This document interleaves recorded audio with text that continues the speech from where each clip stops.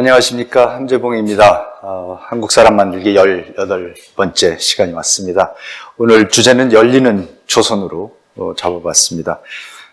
지난 시간에 이제 이어서 이동인이라는 사람이 어렵게 그 우여곡절 끝에 일본에 건너가서 이제 결국은 그 일본의 여러 유력 인사들도 만나고 외국 사람들도 만나고 그러면서 이제 그야말로 네트워크 이제 형성을 시키고 이제 그런 계기는 마련했는데, 이제 문제는 그럼 이 사람이 어떻게 조선 정보하고 연결이 되지 않습니까? 지금 완전히 야인으로서 자기 이름과 같이 그야말로 야인으로서 건너가서 그 순전히 박영희하고 김옥균의 사비 지원을 받아가지고 건너가서 그렇게 한 거기 때문에 그야말로 국법을 어기고 밀항을 한 셈인데요.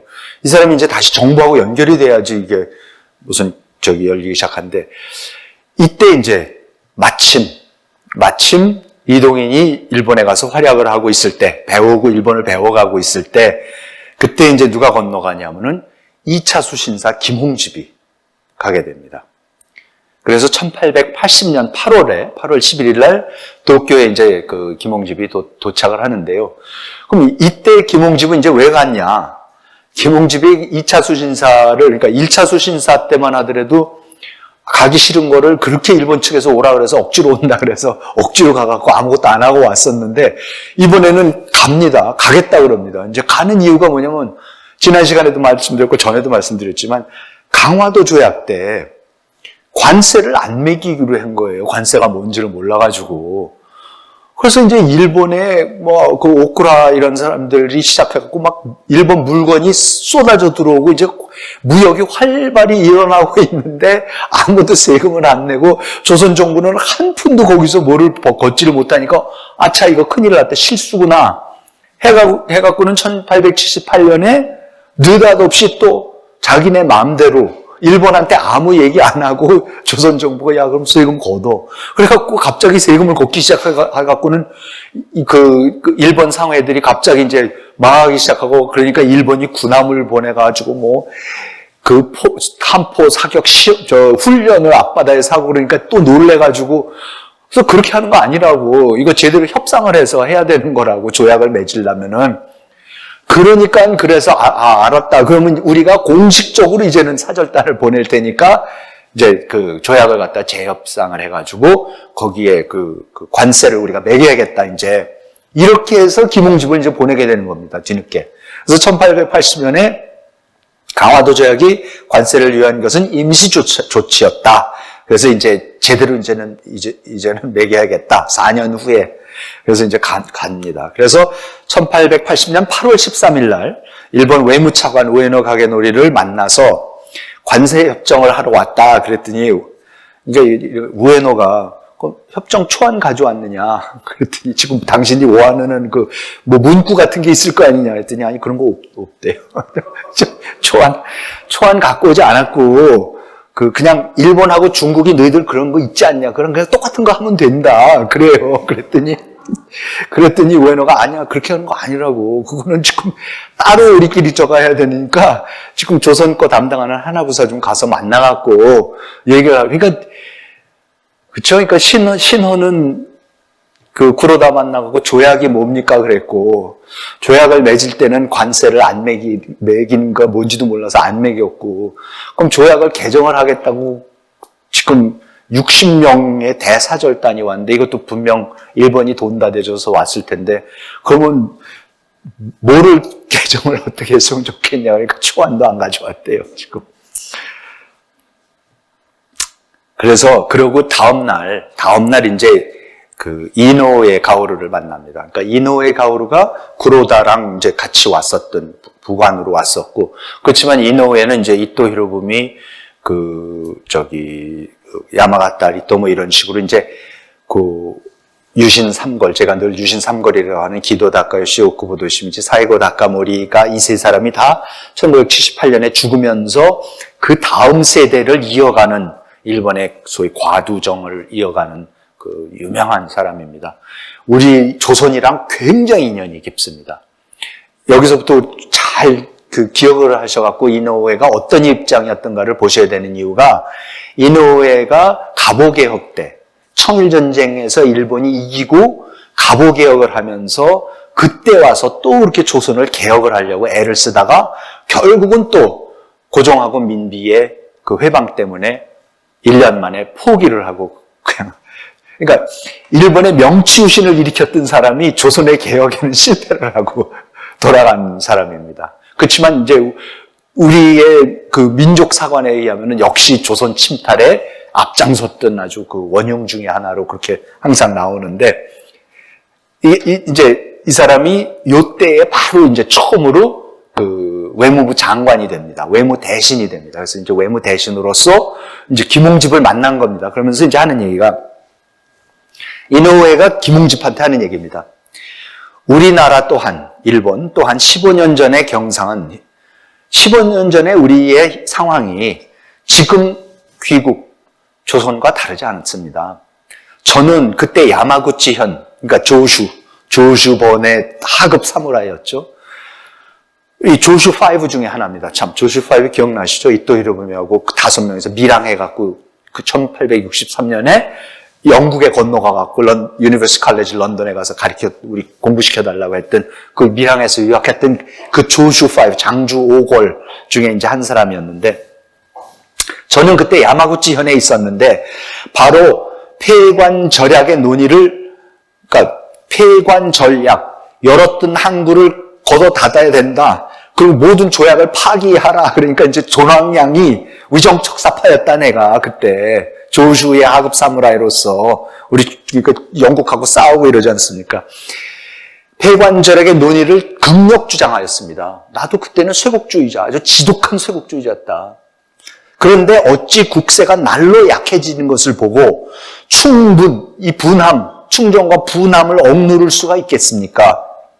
이에 목숨을 아끼지 않고 금령을 범하면서까지 탈출해서, 그때 국법을 어기고 쇄국이었을 때 밀항을 해서 외국에 가서 천하 대세를 깊이 살피고 눈으로 직접 각국의 병계를 보았습니다. 각국의 군사제도 이런 거를 다 보았습니다. 그래서 지금 조슈5의 그때 일본에 무량했던 얘기를 하는 거죠. 그리고는 환하게 깨닫고 조정에 돌아와 아래여서 바로 오늘날의 일을 이룰 수 있었습니다. 이제 생략을 하는 거죠. 메이지 유신 이런 거는. 감히 스스로 공을 세웠다고 생각하는 것은 아니나 귀국을 위해 한번 말씀드립니다. 우리나라의 병계가 비록 서양만 못하지만 그 제조한 것이 매우 많습니다. 아직 일본만큼 우리 군비 이런 게 못 따라가지만 그래도 우리가 많이 만들어내고 있다. 어찌 다른 나라 사람과 전쟁하기를 좋아하는 사람이 있겠습니까? 참으로 동양의 나라들이 오랫동안 쇠약해서 떨쳐 일어나지 못하는 까닭에 그렇게 하는 것입니다. 제가 대사께 상남을 권하는 것은 그런 거를 좀 보십시오. 다 좀 다니면서 보십시오를 그런 것을 권하는 것은 자랑하기 위함이 아니요. 귀국이 이를 계기로 감호해서 속히 변비를 갖춰 우리와 함께 순치상이, 우리와 같이 이와 입술같이 형세를 이루어서 구라파로부터 모멸을 당하지 않기를 간절히 바라기 때문입니다. 이러고 있다 우리 다 당한다. 우리도 15년 전에 나도 정신 못 차리고 존왕양이하고 위정척사하다가 가서 세상 보고 이게 아니라는 거 바꿔서 지금 이제 낑낑낑낑 따라가고 있어서 뭐 이렇게 대단한 건 아직은 아니지만 그래도 조선도 좀 같이 따라와서 하면은 우리가 이렇게 해야지 지금 구라파가 저렇게 일어나고 있는데 거기로부터 당하는 게 뻔할 텐데 그래야지 우리가 이걸 같이 막지 않겠습니까? 그래서 좀 보고 다니고 배워서 좀 가서 좀 어떻게 해보십시오라고 제가 자꾸 권유해드리는 겁니다라고 이노우에 가오루가 얘기를 합니다. 그런데 김홍집은 일본에 한 달간 치료를 합니다. 일본 측은 김홍집에게 일본 주재 서양 외교관들을 만나볼 것을 종용하지만 김홍집은 모두 거절합니다. 그 대신 당시 일본에 주재하고 있던 청해 초대주일공사 하여장과 참찬관 황준헌과는 6차례나 만납니다. 그렇죠? 그러니까 1871년에 청일 수호 조약을 통해서 그렇죠? 그 다음에 소에지마가 그 다음에 가서 비준서 교환할 때 3개 국어두례를 철폐하고 이제 이런 일을 다 하니까 그때부터 벌써 뭡니까? 일본하고 중국은 청원 서로가 상주 외교관을 두는 거죠. 그러니까 초대 일본 주청 일본 공사가 모리아리노리라는 그 영어 잘하는 영국서 유학 일찌감치부터 했다는 모리아리노리가 이제 가서 이홍장하고 이제 담판을 하면서 조선을 어떻게 할 건가 이제 그때 담판하는 대화를 하면서 뭐 정삭을 주고받거든요. 뭐 이런 얘기를 하고 했는데 바로 그때에 중국도 그러니까 일본의 공식 외교관을 공사를 파견을 해 놓은 거죠. 그게 하여장입니다. 하여장의 공사고 그 밑에 참찬관으로 그 황준헌이 이제 가 있었던 거죠. 이 사람들은 이제 천국 사람이라고 해서 만나는 겁니다. 중국 사람이라고 해서.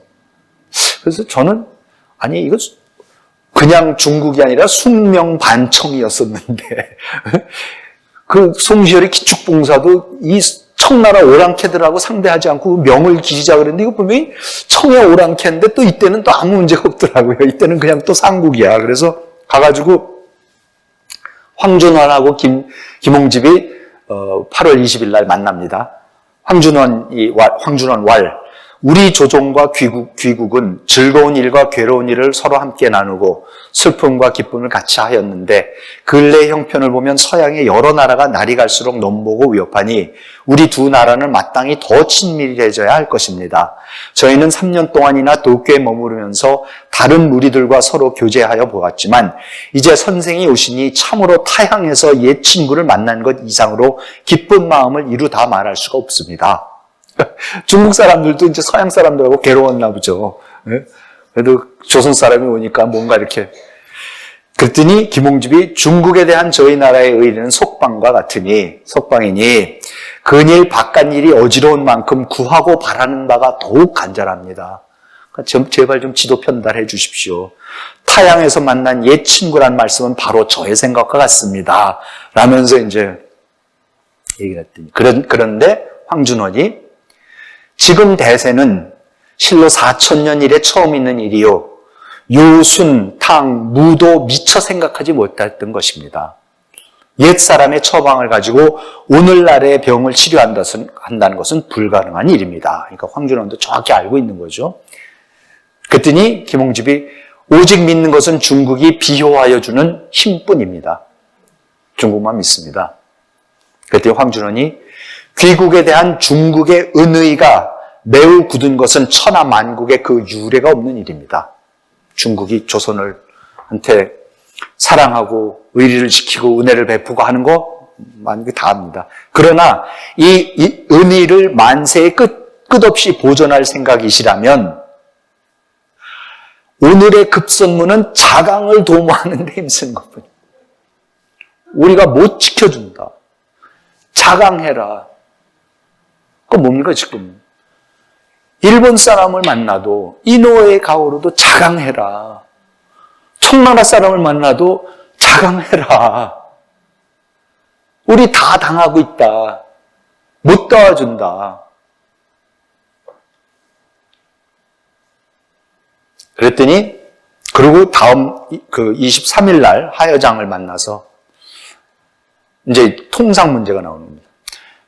김홍집이 우리나라는 통상의 이해를 전혀 알지 못하니 대단히 민망스럽습니다. 그랬더니 하여장의 공사가 이곳 실정으로 보아 결국 귀국에서 누군가가 이곳에 오래 머무르면서 서서히 정세를 살펴볼 필요가 있을 것 같습니다. 그렇게 되면 자연히 일 처리가 용이할 것입니다. 그 뭡니까? 상주 외교관 좀 둬라. 지금 계속해서 일본도 상주 외교관 교환하자고 그러는 건데 너희가 지금 한양에 아무도 안 들이겠다 그래갖고 하나부사 이런 사람들 그냥 동네에 와갖고 그러고 있으라 그러고 가끔 가다가 한양에 오게 하는데 지금 그래서 될 상황이 아니니까 그 사람들도 받고 당신네들도 좀 외교관 좀 동경 같은 데다가 도쿄 이런 데다 상주를 시켜갖고 세상 돌아가는 거를 보고 그러면서 여기서 상황을 파악하면서 당연히 여기 사람하고 이런 통상이 어떻게 되고 조약을 맺고 이런 거를 하면 훨씬 일이 쉬워지니까 좀 그렇게 좀 해라. 이제 그런 겁니다.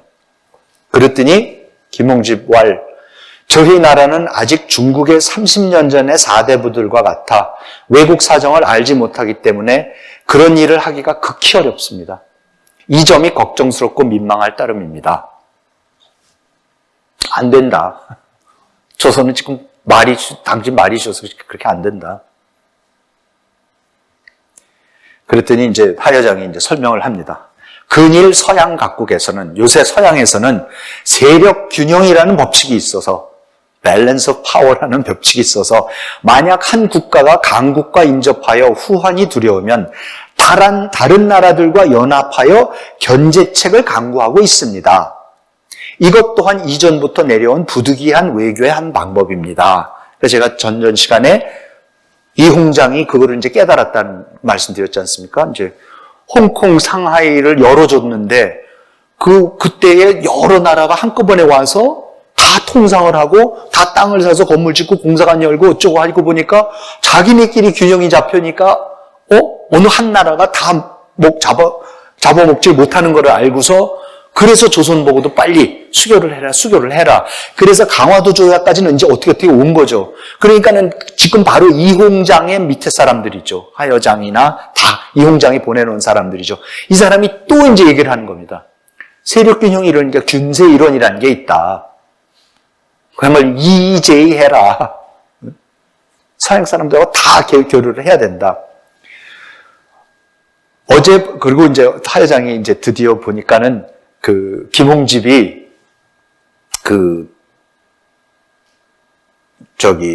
일본에 가지고 온 서신, 일본 정부에 제출했던 예조판서가 만든 그걸 보냈는데 그 사본을 중국한테 이제 보여준 거죠. 이제 상국이니까. 그래서 지금 하여장이 그걸 검토를 한 거예요. 그래서 어제 보내주신 사본을 보니 귀국과 일본이 체결한 조약에는 세법에 관한 사항이 전혀 언급되어 있지 않았습니다. 지금은 그대로 두고 있다가 다른 항구의 개항 문제를 의논할 때 세법도 함께 제정하고 또 그럴 경우에는 지난번에 서양 사람들과 의논하여 개정한 법대로 하자고 하면 그들도 자연히 함부로 윽박 지르지 못할 것이니 이것이 제일 좋은 기회일 것입니다. 그러면서 현재 서양 사람들은 공리를 다투고 러시아 또한 횡포스럽기가 마치 호랑이와 이리 같은 전국 시대의 진나라를 닮았습니다. 들으니 그들은 근년에 두만강 일대에 온갖 수단을 다하여 군사시설을 하고 또 금년에는 다시 동해에 해군을 증설할 것이라 하니 이 일이 크게 염려됩니다. 블라디보스톡을 만들어서 동방의 정복자 도시를 만들고 거기에 지금 극동 함대를 갖다 배치를 하고 있고 큰 군사기지를 지금 만들고 있지 않습니까? 그러니까 이거는 지금 일본이나 중국이나 입장에 봐서는 이건 너무나도 화급한 일이에요, 지금. 거기에 거대한 러시아의 함대가 와서 제대로 작동하기 시작하면 어떻게 되는 겁니까, 일본이? 네? 중국은 어떡하고요? 대책을 늦추면 변이 생길 것이니 우리나라와 귀국은 정의상 손발과 같고 한 집안과 같은지라 이를 막연히 보고만 있을 수 없습니다.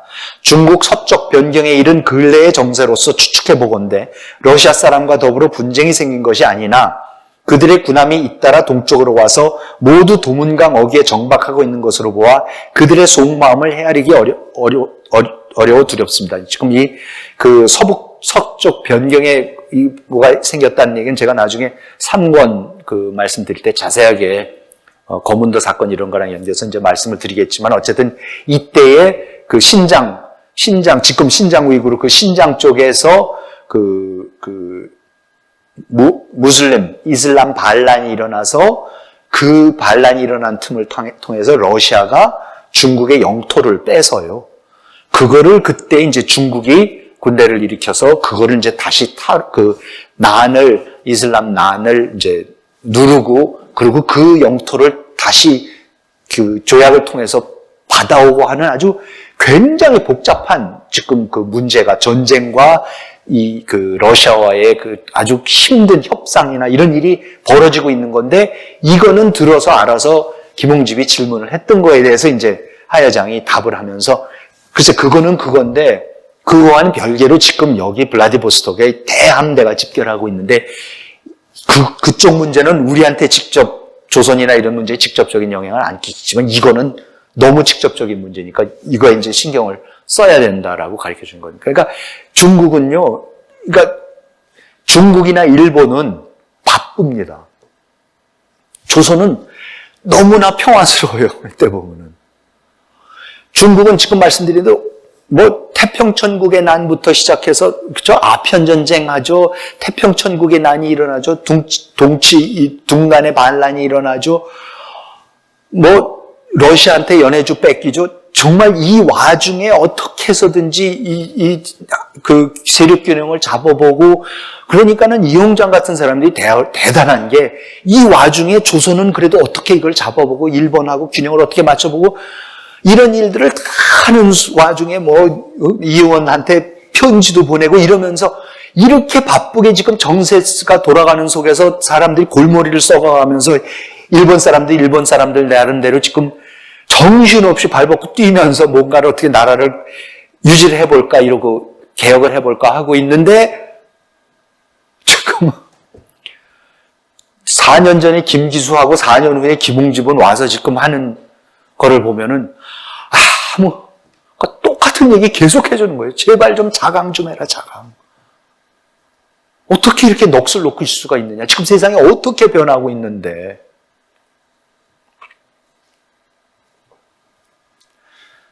그래서 그때의 김홍집이 하여장한테 지난해에 200상께서 보내신 서한에 이백상이 누구냐? 바로 이홍장입니다. 이홍장이 이의원한테 편지를 보냈었던 거죠. 빨리 일본하고도 뭐를 하고 준비를 해라라고 계속 이홍장도 이제 그랬었던 거죠.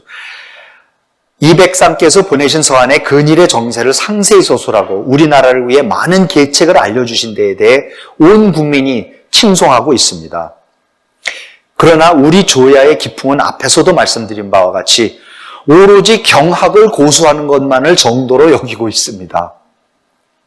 그쵸? 그때도 국희라는 문부성 관리를 만나서 당신에는 주자 성리학밖에 없습니까? 그랬더니 네, 주자 성리학밖에 없습니다라고 김기수가 답한 거랑 지금 똑같은 대화가 4년 지났는데 일어나고 있습니다.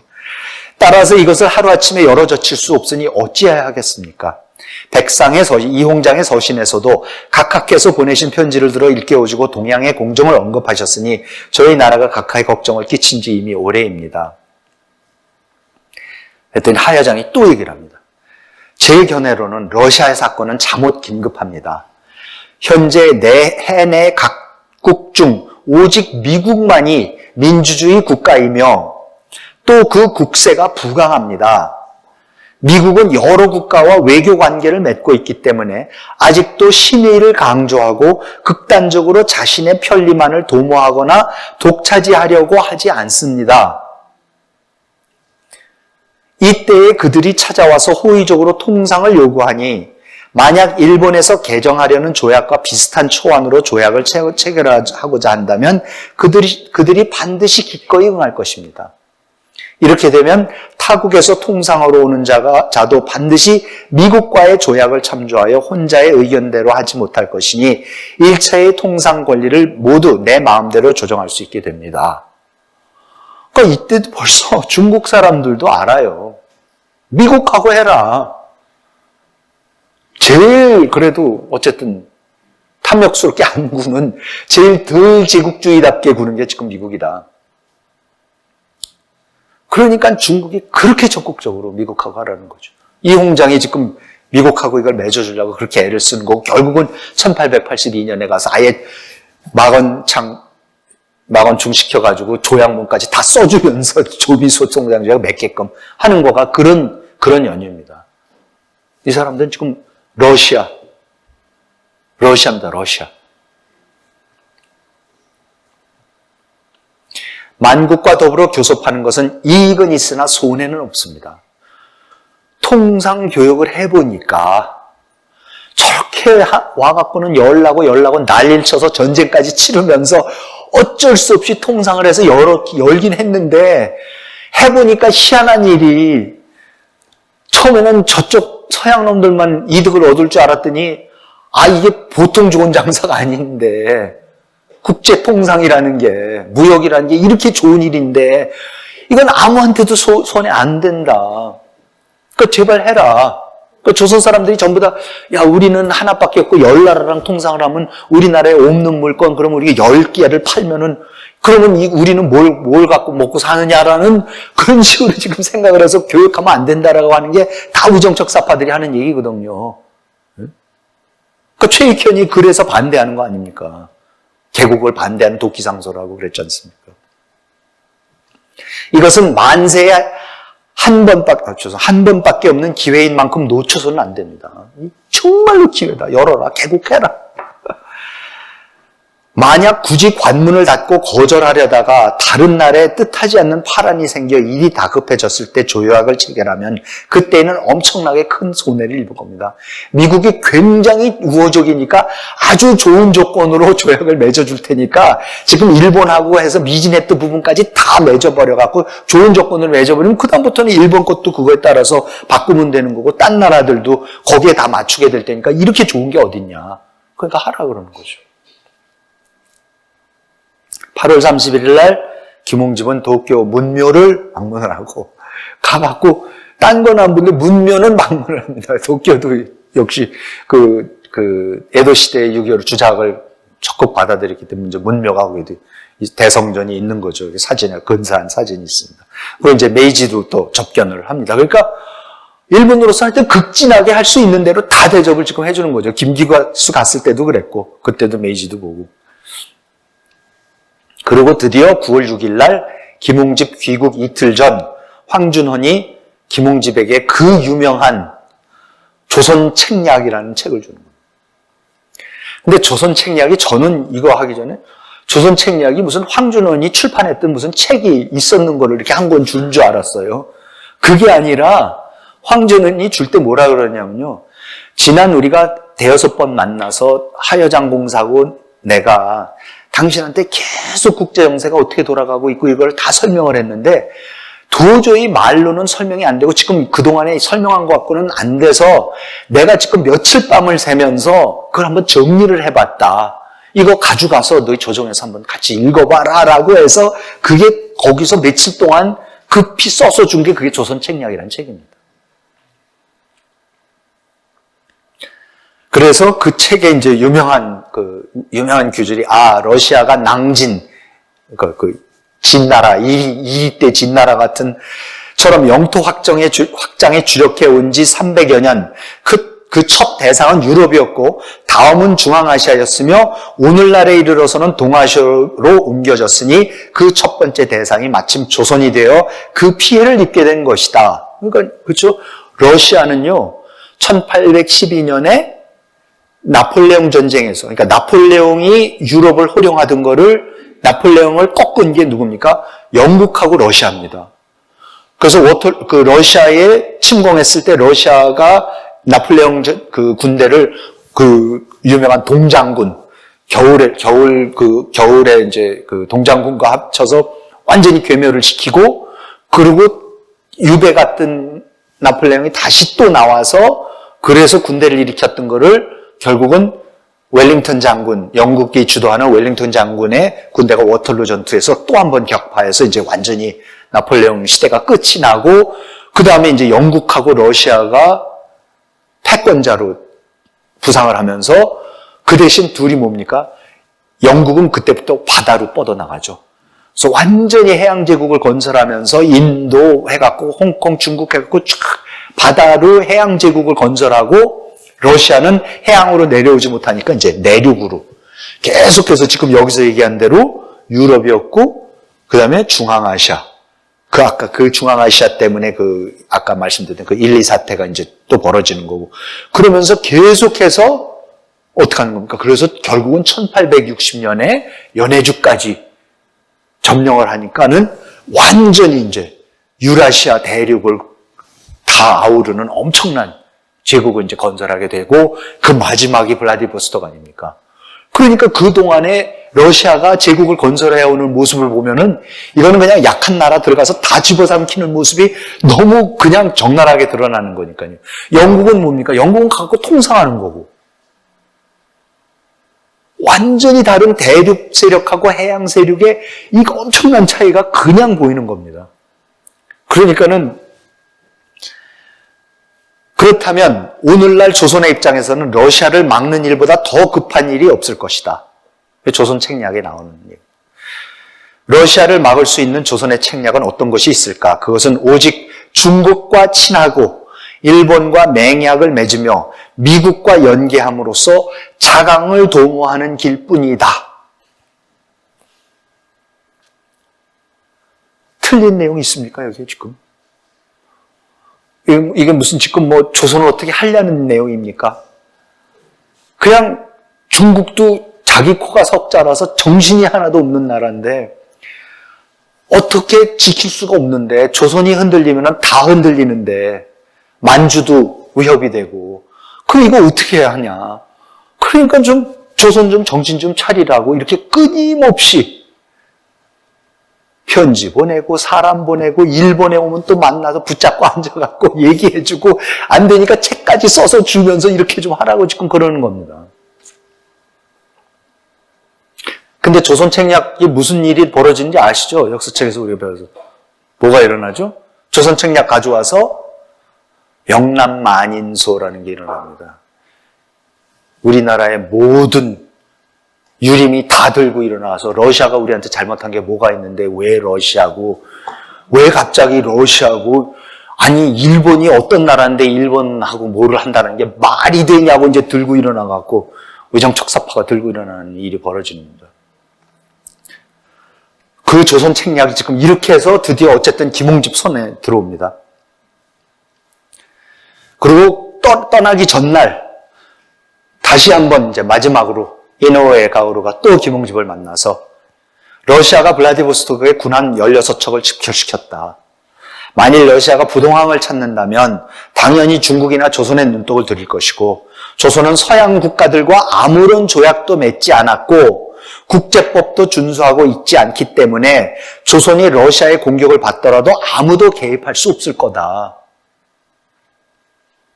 따라서 조선은 미국과 같은 서방 국가들이 조약 체결 여부를 타진해 오면 거절하지 말아라. 그러니까 일본 사람도 중국. 이게 지금 청나라가 조선을 침탈하려는 것도 아니고 일본이 조선 침탈하려는 야욕을 드러내는 것도 아니고 그냥 제발 자강 좀 해라. 아니면 우리도 힘들어지는데 우리가 어떻게 해줄 수는 없고. 그랬더니 김홍집이 이노우에 보고 당신이 해준 얘기들도 다 글로 좀 써달라고 합니다. 그래서 이노우에가 또 밤새서 또 열심히 써서 또 다 줍니다. 그러니까 어쨌든 대단한 계략서 2개는 얻어가는 겁니다. 일본 최고의 외교관하고 황준헌이 대단한 사람입니다. 황준헌이 이때는 그 학과 출신인데 그 과거에 급제를 해가지고 첫 그 임지로 여기를 왔었던 거고 그 다음에 나중에 샌프란시스코에 가서 총영사를 몇 년을 하면서 굉장히 그 큰 일을 많이 합니다. 그 샌프란시스코에 가서 보면서 거기에 살고 있는 그 중국 사람들이 그렇게 일들을 이제 열심히 해갖고 그때 이제 큰 그 미국 대륙 횡단 철도를 건설하면서 이 중국 사람들이 수십만 명이 이제 건너가서 거기에 노예같이 일하고 그러면서 인종차별 당하면서 그렇지만 이제 샌프란시스코에 모여서 차이나타운을 형성하고 그러면서 이제 너무 열심히 일하니까 이제 돈을 벌기 시작을 하니까 그때까지만 하더라도 한 번 청을 떠난 사람들은 다시는 이 배신자들이라서 안 받는다라고 청의 정책이 그랬는데 하여장이 아니 가서 보니까 이 화상들이 돈이 엄청 많고 나라를 위해서 해줄 수 있는 일이 너무 많은데 이거 말이 됩니까? 그래갖고 법을 바꾸게 해갖고 이제 중국 사람들도 다시 미국에 갔던 그 화교들이 마음대로 중국에 고향을 찾을 수 있게 하고 투자할 수 있게 하는 그런 법도 바꾸고 그리고 그렇게 그 시인으로서 유명했다 그럽니다. 이 당시에 그 중국 특유의 그걸 풍을 만들어서 굉장히 유명했었는데 그리고 개혁에 그렇게 큰 일을 하지만은 나중에 이제 결국 이 사람도 중국에서 실패하고는 물러나지만 아무튼 굉장히 중요한 인물이었더라고요. 그래서 어쨌든 이노우에 가오루, 황준헌 이런 당대 최고 일본과 중국의 이 두뇌 그 지략가들로부터 책을 한 권씩 이제 얻어서 갑니다. 그러면서 이제 이노우에가 일본이 그 다음날 또 만나서 일본이 곧 사절을 파견하여서 한양의 일본 외교관들을 상주시키는 문제를 다시 협상을 할 거다라고 이제 그것 좀 하자, 좀 서로 이거 상주시키자.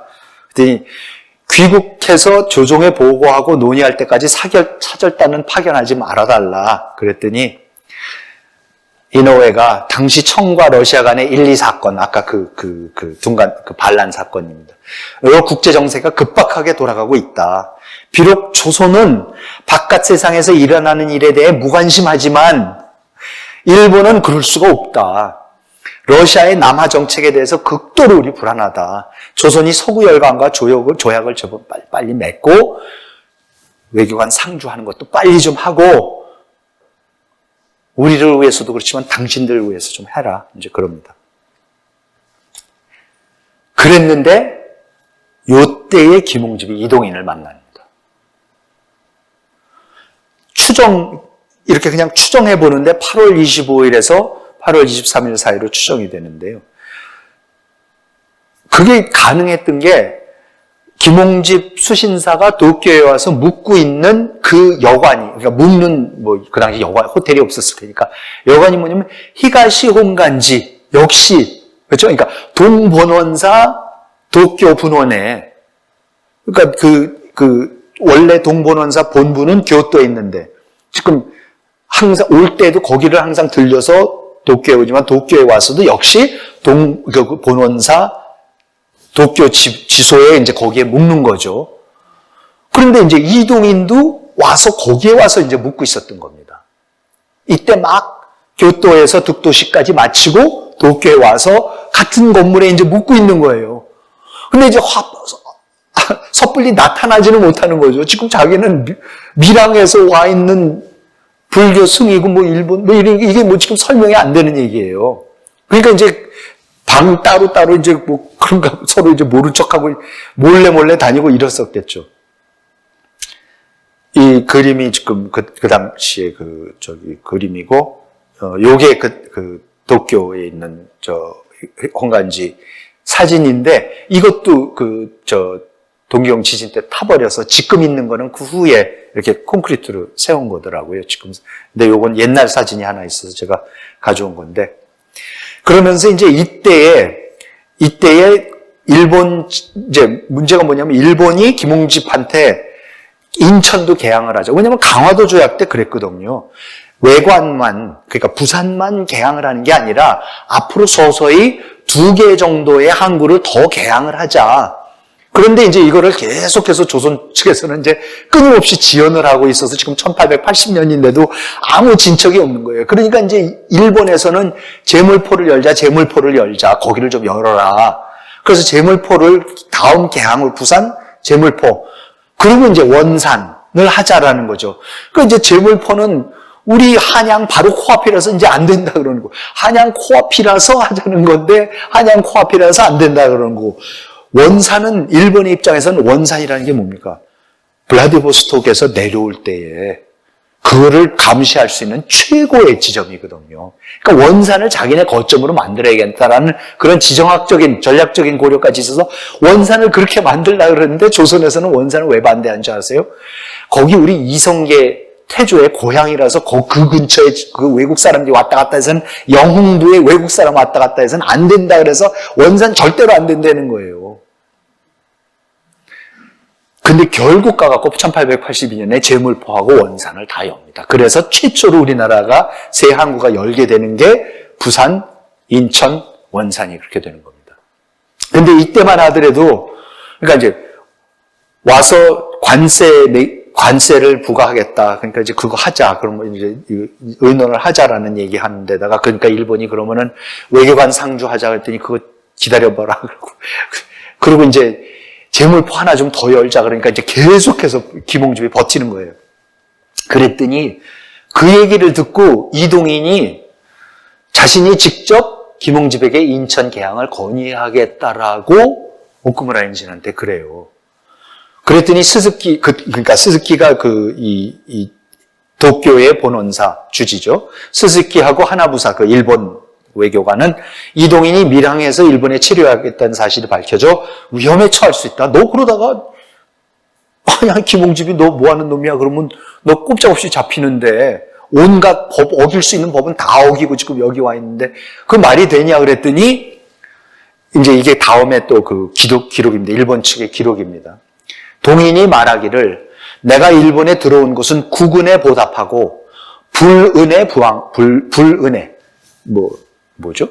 부처님의 은혜에 부응하고자 하는 것인데 나라를 위해서라면 어떠한 조치가 있어도 우려하지 않으니 바라건대 수신사를 배할토록 하여 달라고 하다. 하나부사 스즈키 모두 탄복하여 수신사에게 면회하도록 하였다.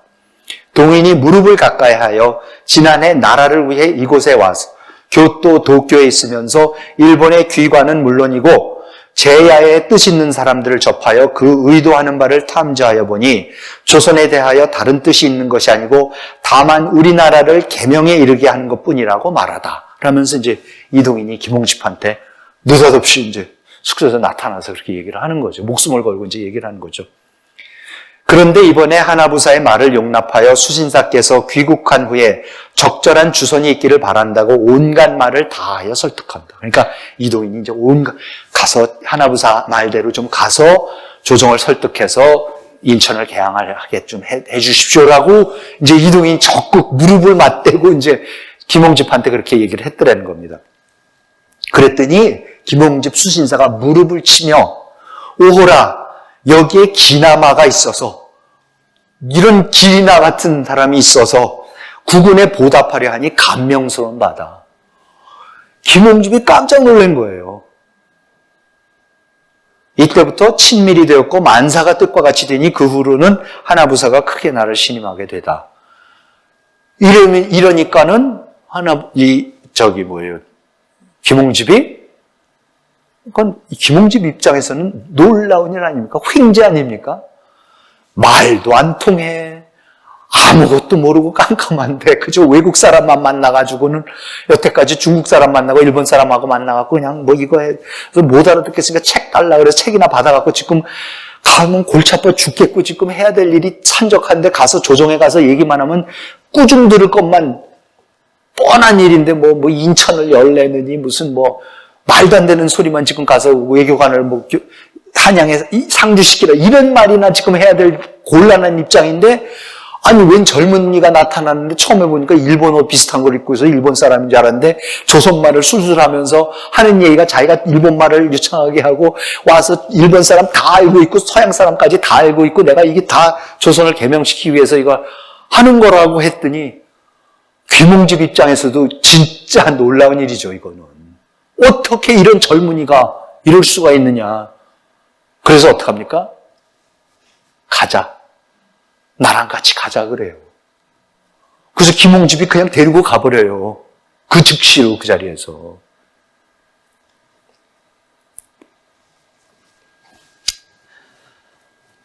그 와중에 이동희는 영국 사람 그 세터한테 윤흥열도 소개합니다. 윤흥열이면 윤치호 좌홍 선생의 아버지예요.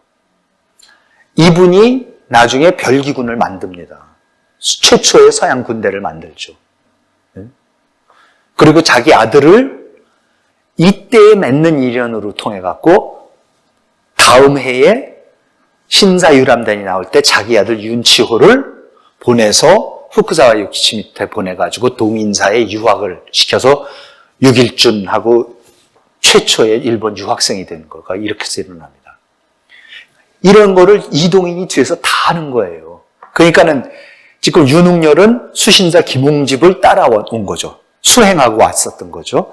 그래서 윤웅열은 일본 체류 기간 동안에 이동인의 주선으로 흥하회에도 참석합니다. 이 흥하회라는 게 이제 나중에 흥하회가 뭐냐면 아시아가 같이 흥하자라는 거예요. 그래서 이제 일본의 지식인들하고 관료들이 조선 사람들하고 조선 사람은 이제 이동인이 최초였지만 중국 사람들 하여장, 황준원 이런 사람들을 중국 대사관에 공사관에 있는 사람들 이런 사람들 모아가지고 맨날 이제 그 세미나하고 이제 이러는 거예요. 그러면서 아시아가 하나가 돼야 된다, 하나가 돼야 된다. 이런 게 이제 나중에 변화하면서 뭐가 됩니까? 대동아 공영권 이제 이런 문제가 돼서 사실 민족사관에서 또 보면은 또 아시아 침탈 대동아 공영권에 맹하다 이제 시작이다 이렇게 하지만 그 당시로서는 지금 상황은 아시아 사람들이 진짜로 좀 뭉쳐서 뭐를 해야 되는 거고 제발 좀 특히 조선이 자강을 좀 해줬으면 좋겠고 그러니까 이제 그런 서양에 대한 공부를 하는 거고 아시아가 어떻게 그럼 같이 흥할 수 있느냐를 논하는 이제 그러한 집단이었었던 거죠. 거기에 또 이제 거기 이동인이 굉장히 적극적으로 참여를 합니다. 그래서 이동인이 거기에 참여해서 보낸 편지도 있고 그런 거 제 책에는 자세하게 이제 수록을 해놨는데요. 아무튼 그러면서 그 윤웅열을 또 데리고 또 가가지고 세토를 이제 소개를 해서 세토는 1882년 9월 2일자 일기에 윤웅열과의 만남을 기록을 합니다. 아사노는 점심때 윤웅열이라는 아주 점잖은 조선 사람을 데리고 왔다. 그는 40세 정도며 중군장, 대령으로 특명 정권대사 김웅집을 수행하고 있다. 그는 조선 말 외에는 베이징 말을 몇 마디, 중국말 몇 마디 할 줄 몰랐으나 칼과 포크를 아주 능숙하게 다뤘다.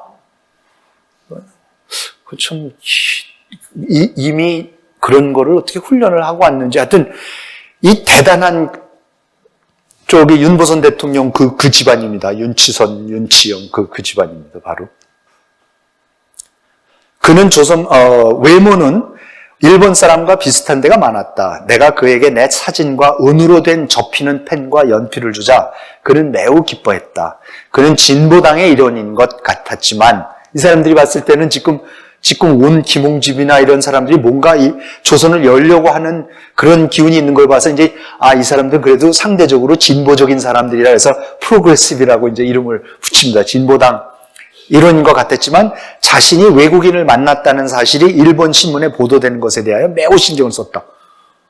그렇죠. 이거 지금 조선에 또 잘못 알려지기 시작하면은 이제 혼이 나니까 일본에 괜히 가서 왔다 갔다. 이제 굉장히 조심을 하는 나름대로 굉장히 감이 있는 분이었던 거 확실합니다. 그래갖고 이렇게 이제 또 윤웅열하고 만납니다. 윤웅열하고 세토가 또 이제 만나면서 하나씩 이제 외국과의 연이 생기기 시작합니다. 그래서 이동인이 김홍집이 이동인을 귀국길에 대동하고 갑니다. 그러면서 이동인은 히가시 홍간지로부터 1000엔을 빌려서 등유등불, 캐로신 램프 말씀드렸죠. 이 당시만 고래잡이, 그러니까 페리가 올 때만 하더라도 미국이 고래잡이에 앞장서고 있었고 고래잡이를 한 이유가 특히 향고래에서 나오는 기름이 그렇게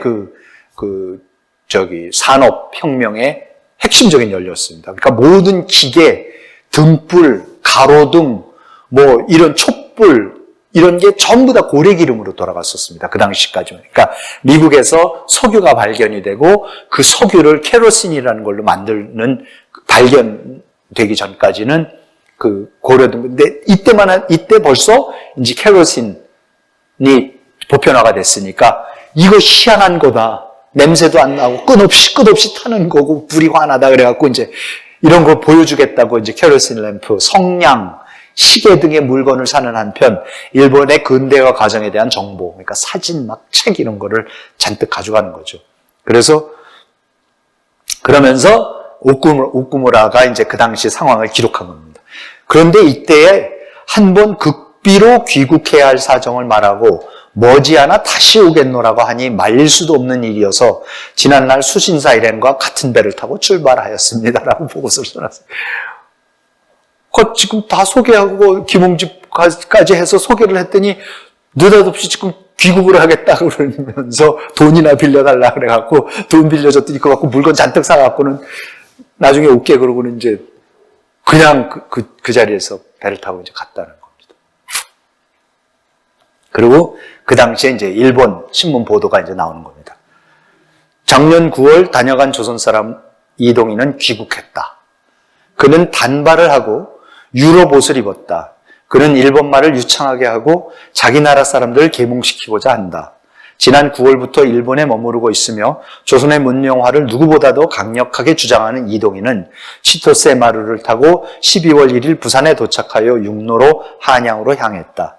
유럽 옷을 입고 허리에는 번쩍이는 금 시계줄을 차고 머리도 유럽식으로 한 그는 일본 사람처럼 도쿄 사투리를 쓴다. 아무도 그를 조선 사람으로 보지 않을 것이다. 그는 매우 지적이고 고매한 정신을 가진 사람이다. 라고 해서 김홍집이 데려갑니다. 그러니까 김홍집이 곧바로 민영익한테 소개를 해서 민영익이 곧바로 고종한테 이제 소개를 하는 거죠. 그러니까는 요때에 고종이 확 바뀌면서 이렇게 해야 되겠다 라면서 그래 열자 하면서 갑자기 열기 시작합니다. 그게 1882년. 그래서 신사유람단을 꾸립니다. 신사유람단을 꾸려가지고 1883년에 보내죠. 그래서 이제 윤치호부터 시작해서 어윤중 이런 사람들이 다 건너와가지고 후쿠사와 유키치 만나고 유학생 남겨놓고 그리고 시찰을 하고 다니고 이제 그런 일이 이제 벌어지는데 그때 아까 말씀드린 대로 그런 일이 벌어지고 있는 다른 한편에서는 영남 만인소가 일어나면서 이런 일이 어떻게 벌어질 수 있느냐?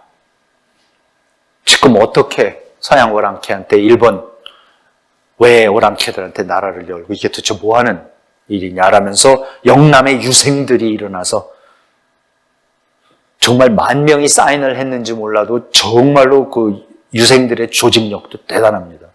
그걸 가동을 시켜서 이런 거를 써서 바치고 홍제학 상소, 다음 시간에 제가 말씀드린 홍제학 상소 이런 상소들이 일어나면서 완전히 잘못하고 있다라는 거를 고종이 거절을 하면서 계속 하는데 그러고 김옥균도 일본을 건너갑니다. 이것 때문에 이제 되면서 신사유람단은 조직은 다 하지만은 자기는 신사유람단에 따라가지 않고 조금 늦게 이제 일본에 건너가고 그러면서 그 신사유람단이 일본을 다 보고 다 이제 처음으로 보고서는 우체국 공장 군대 하여튼 신문 만드는 거 이런 거 볼 수 있는 거 다 보고 농장 이런 거 다 보고서는 이제 다들 공부해갖고 적고 해서 이제 나라에 귀국해갖고 이제 이거를 펼치자라고 해서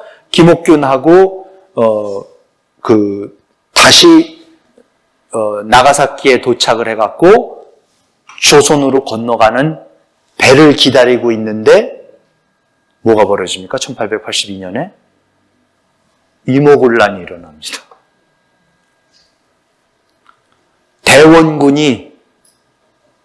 대원군이 다시 권력을 잡는 거예요. 그리고 대원군을 또 총이 잡아가고 그러면서 잠깐 일본 와서 배우고 그렇게 어렵게 열어서 잠깐 일본 와서 배우고 있는 사이에 세상이 또 거꾸로 가버리는 거예요. 그래서 그 소식을 김옥균이 나가사키에서 듣습니다. 참, 우리 역사가, 우리 조선 말의 역사라는 게,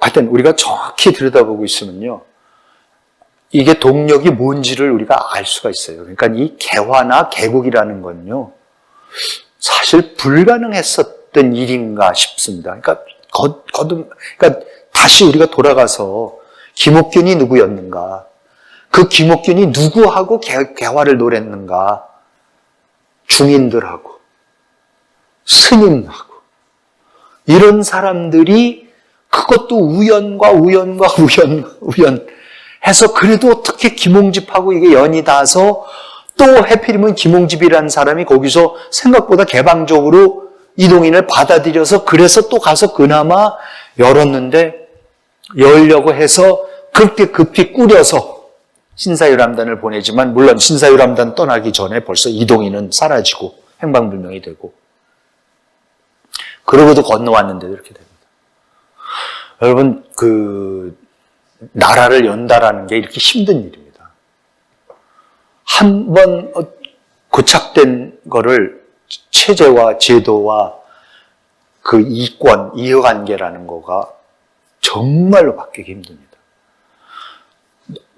너무나 가야 될 방향이 뭔지가 그냥 너무나 명확하나, 무슨 이건 이론의 여지가 없죠. 제가 봤을 때 이론의 여지가 없이 그냥 빨리 개국하고 그냥 빨리 해야 되는데, 그리고 그렇게 모든 나라들이, 이웃 나라의 모든 사람들이 그거를 하라고 힘 있는 사람들이 그렇게 종용을 하는데도 안 하기로 작정을 하면 안 되더라고요, 그게. 그래서, 정말로 지도층이 얼마나 지도부가 깨어 있느냐, 얼마나 세상 돌아가는 일을 아느냐가, 조선은 이때부터 이미 망했습니다. 1910년에 망한 거 아닙니다. 이미 나라가 아닙니다, 절대로. 그래서 자꾸 너무 우리의 어두운 역사지만, 거듭 말씀드리지만, 우리가 어렸을 때에 여러 가지 심리적으로 힘든 일 당하고 잊어버리고 싶은 일 수두룩하고 실제로 일어났는지 의식적으로 지워버린 일, 기억들도 다 누구나 있을 거고, 아픈 상처 많을 거고, 그 상처 다 덮어버리고 묻어버리고 없는 척하고 아니었던 척하고 살면 사람이 지정신에 못 삽니다. 자아가 형성이 제대로 될 수가 없습니다. 그렇죠? 그게 정신분석학에서 늘 하는 얘기입니다. 그 아픈 경험, 곤란한 경험, 정말 잊어버리고 싶은 경험, 그거를 자기가 직시를 해야 되는 거고, 그걸 분석을 해야 되는 거고, 왜 이랬는지를 알아야 되는 겁니다. 그래야지 그게 극복이 돼요. 지금 우리나라 역사에서는 오늘도 그렇고 지난 시간도 그렇고 말씀드리는 이 내용들은 하나도 안 가리킵니다. 아예 없습니다, 논의가. 이름조차도 처음 들어본 인물들이 등장합니다. 그리고 상황 전개를 보면은 제가 알았던 거하고 또 너무나 다르게 전개가 되고 있고, 일본의 입장? 우리가 알고 있었던 바람은 이때 벌써 호시탐탐 조선을 어떻게 침탈할까 이미 다 계획 짜놓고 정한론 때부터 지금 이거 하고 있었을 거였는데, 지금 이노에 가오루가 하는 얘기를 보나, 하여장이 하는 얘기를 보나, 황준원이 하는 얘기를 보나, 지금 무슨 자기네가 조선을 점령하려는 지금 거기는 아예 꿈도 못 꾸고 있어요. 더구나 일본에서는 정한론이라는 걸 일으키는 사람마다 족족 지금 그걸 다 꺾고, 전쟁을 일으키면서까지 그런 거를 꺾으면서 지금 무슨 소리 하는 거냐, 우리 자강하자 그러는 거였었던 거고, 그런 거를 대표하는 사람들이 일본을 주도하고 있었고, 그런 사람들이 뭐 그렇죠? 지금 나오는 이노우에 가오루 같은 사람들이죠. 근데 우리 역사에서는 이 사람들이 전부 다 조선을 침탈하는데 앞장을 서서, 심지어는 조선 책략 이런 것도 마치 무슨 조선을 어떻게 이상하게 만들어가지고 결국은 또 일본에 뭘 만들려고 하는 그러한 책략의 일환으로서, 따라서 영남의 유생들이나 이런 사람들이 그거에 반대하는 거는 우국충정해서 민족주의에 입각해서 우리 민족의 자존심을 지키려고, 저도 막연히 좀 그런 생각 속에서 이거를 읽었는데, 이거 지금 제가 혼자 찾은 자료도 아니고요. 다 있는 자료입니다. 저 이동인 자료 같은 거는 그 서울대학교 외교학과의 김영구 선생님, 명예 교수님이시지만, 김영구 선생님 같은 분이 다 연구를 해 놓으신 것들이 있더라고요. 그래서 전 그걸 그냥 찾아내가지고 이제 연결시키는 거, 그 작업만 하는 건데, 근데 그런 게 왜 전에는 이게 알려지지가 않는 건지. 그러니까 우리 역사를 쓰는 데 있어서는 지금 현재 우리나라 국사를 어떻게 봐야만 한다라는 그 의도가 분명히 있습니다. 지금 제가 말씀드리는 거를 이런 식으로 역사를 이해하기 시작하면요, 기존에 우리가 갖고 있는 너무나 많은 것들이 흔들립니다. 너무나 많은 것들이 흔들립니다. 제가 한 가지만, 제가 어디에다가, 3.1운동 때에 조선의, 그러니까 3.1운동이 아니라 나라가 1910년에 나라가 없어질 때요. 나라가 없어질 때 조선이 굉장히 조용했다. 그렇죠? 의병이 있었지만 의병이 을미의병, 그러니까는 을미사변이 일어나고 민중전이 시해된 거에 대해서 또 면함, 최익현 이런 분들이 70노구로 이끌고 또 을미의병을 일으키고 그럽니다. 그렇지만 1910년이 되면 아무것도 없습니다. 전국이 조용합니다. 그래서 그러면 조용했던 이유가 도대체 뭘까?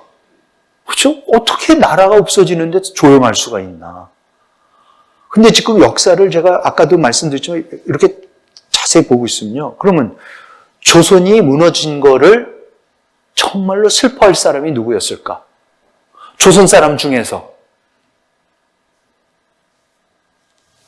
지금 불교 스님들이 그랬겠습니까?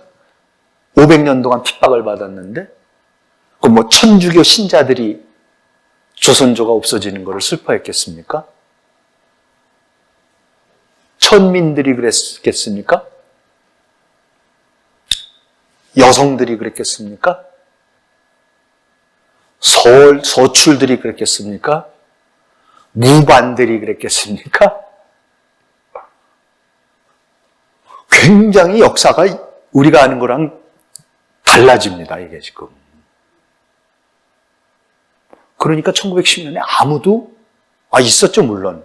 을사보조약하고 그러면은 우리가 아직도 거의 유일하게 기리는, 그때 당시에 나라 뺏기는 그 슬픔 때문에 자결한 분, 우리가 기억하는 분 한 셋밖에 없어요. 둘? 보통 누구죠? 민영환, 민충정권. 왜? 민씨 집안인데요, 지금. 당연하죠. 그렇죠? 그 다음에 이제 매천, 황현 정도죠. 우리가 알고 있는 분들이. 나머지 분들은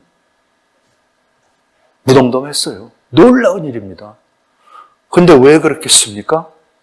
이 사람들한테 조선이라는 나라가 어떤 나라였습니까? 너무나도 슬픈 일이죠.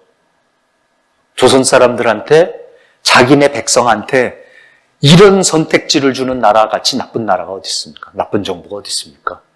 자기 정부가 없어지는 것을 슬퍼하지 못하도록 만들어 놓는 정부가 어디 있습니까? 근데 저는 그 정도였다고 봅니다.